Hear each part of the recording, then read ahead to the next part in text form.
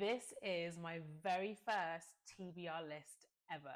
In this video, I'm going to be sharing with you my recommendations of the books I'll be reading for the month of September, so stay tuned.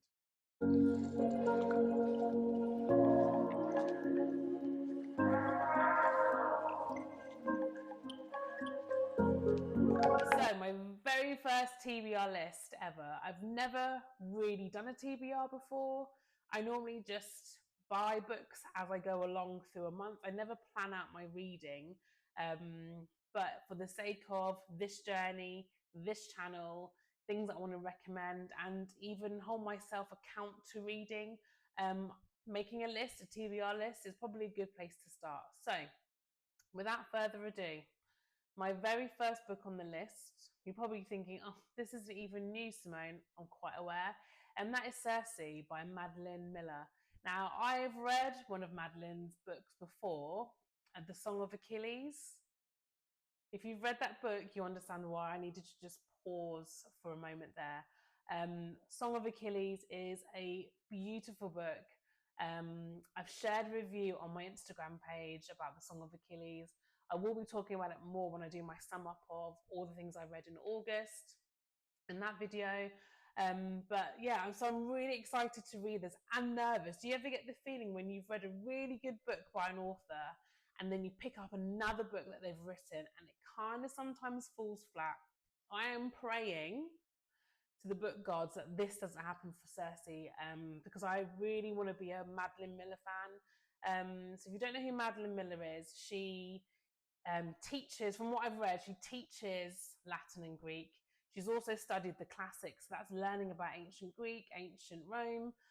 So she is like an expert. She's brought all of her expertise, laid it with the talent of being able to write really poetic texts and novels, and then has provided beautiful books like The Song of Achilles. So Circe, so it's about a character called Circe.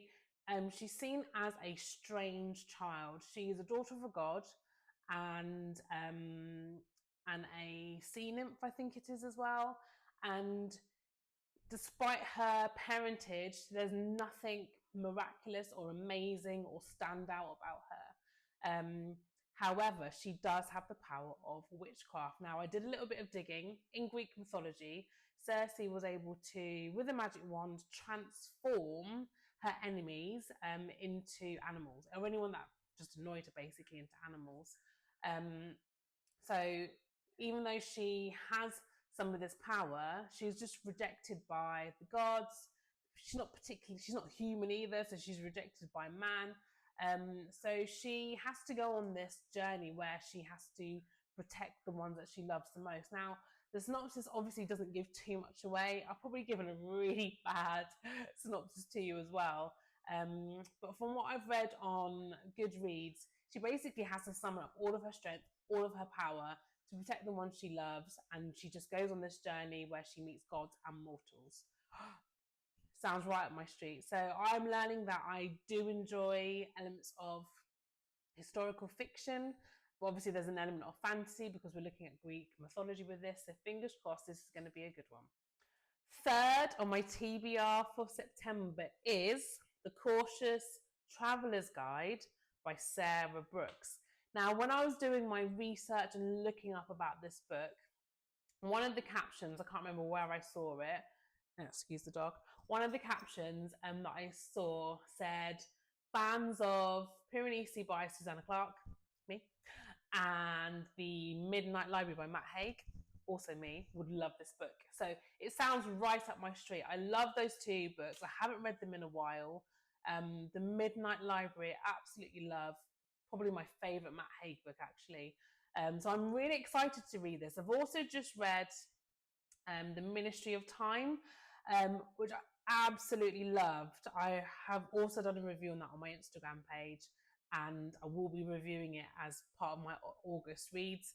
So I don't know if it's in the same bag, but all I know is that there is a place called the Wastelands, and there is this train. I kind of envision like Snowpiercer in my brain, that kind of vibe.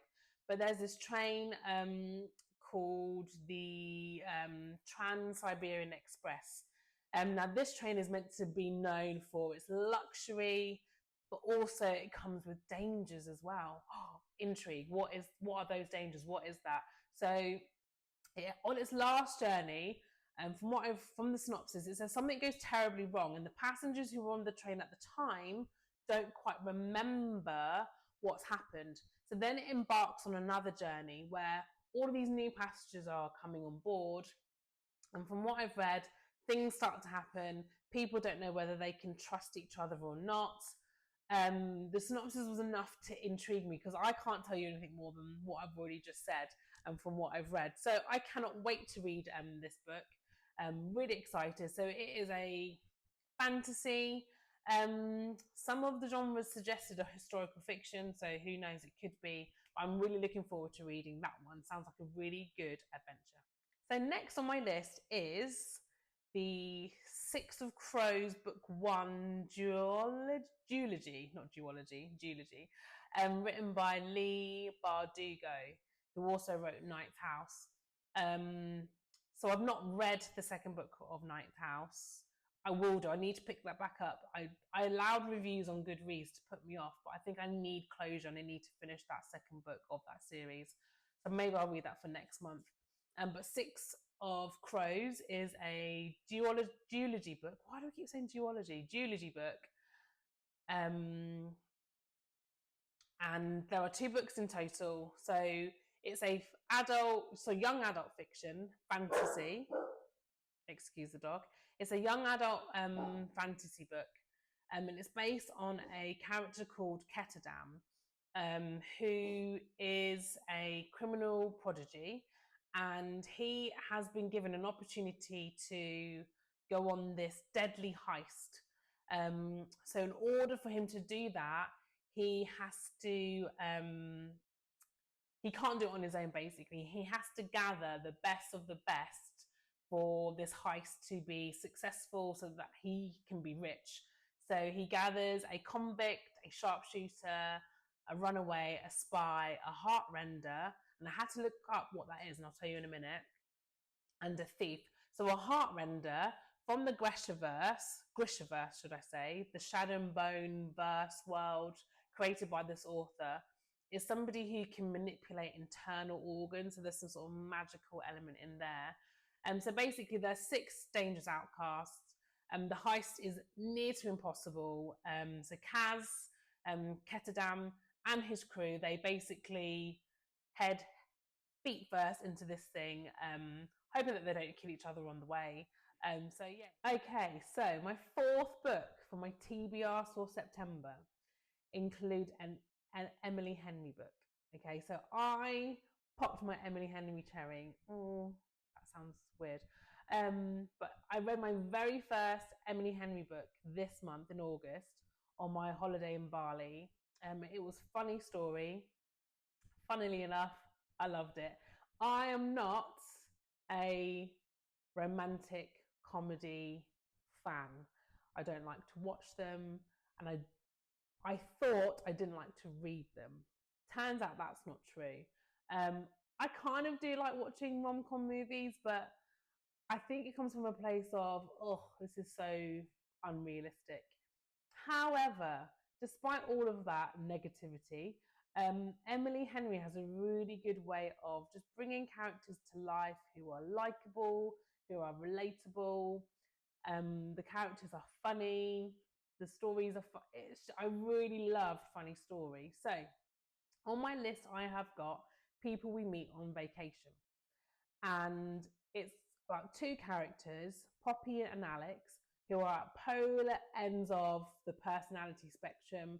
From what it seems, Alex is really introverted, wears car keys, lives in a small town, and then Poppy is larger than life, extrovert, wild child. And they have this fateful car share, and then because of that, they end up being best friends. And for the next 10 years, they end up going on holiday together. And once a year for the next 10 years. Until 2 years ago, something bad happens. Don't know what that is.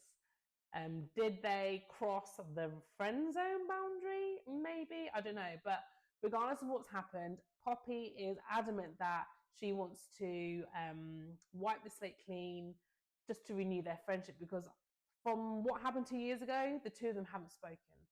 So she reaches out to Alex and she suggests that they go on holiday so that she can fix what was broken. He miraculously says yes, and then the story unfolds from that. So I'm quite excited. I'm hoping I'll enjoy it just as much as I did Funny Story. So fingers crossed it will be a good one. Yeah, I think it's going to be a lot of fun. So I'm just going to enjoy this young adult fantasy, I think. So fingers crossed it gets some thumbs up from me. Please excuse the noises in the background. My dog, Leo, clearly wants to be a part of what's going on here. So anyway, my last book on my TBR for September is a new book by the author Matt Haig called The Life Impossible. Now, it's a contemporary fantasy fiction, which is so very much like Matt Haig. Most of his stories are kind of like magical realism, very contemporary stories. I've read quite a few of Matt Haig's books. Some of them I love, some of them I found a bit mediocre. Like I said before, The Midnight Library is definitely my favourite. So I'm just going to share with you a little caption that I found when I was looking up on this book, and it says, "What looks like magic is simply a part of life we don't understand yet." I am hooked already. So basically it's about a retired teacher called Grace who was left this really run-down house by a friend on some Mediterranean island. So she packs a bag, books a one-way ticket, and then off she goes. So amongst this beautiful landscape of golden sands and rocks and cliffs and all that other kind of stuff, strange things start to happen. And that's as much as I've got from the synopsis. It also says that this book, filled with wonder and wild adventure, is a story of hope and the life-changing power of a new beginning. Oh, how magical. Now, new beginnings, I'm all for it, because after my summer holiday, I'm going back to work on the 2nd of September. I had an amazing holiday in Bali. I am jet lagged AF at the moment and I need a reset. So maybe this story is going to help me with a new beginning and a new reset that I'm definitely going to need. But yeah, I'm really excited to read a new Matt Haig book.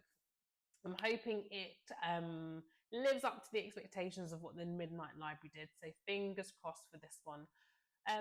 So that about sums up my TBR for September. I'm not the quickest reader, but I think 6 books in a month is very, very manageable. So yeah, I'm just hoping that I'll be able to get through these 6 by the end of September and some more. I will also have another book to read with the book club that I'm a part of as well, which will be really exciting. I don't know what that's going to be, and we will decide next week once we've discussed the current book that we were reading. But for now, I hope you enjoyed this list. I hope you enjoyed the recommendations that I've put forward. If you're going to read any of those books, let me know in the comments. If you've read any of these books, let me know in the comments. I'd love to hear and read your opinions. Don't forget to click and subscribe. But for now, I'll see you soon. Bye.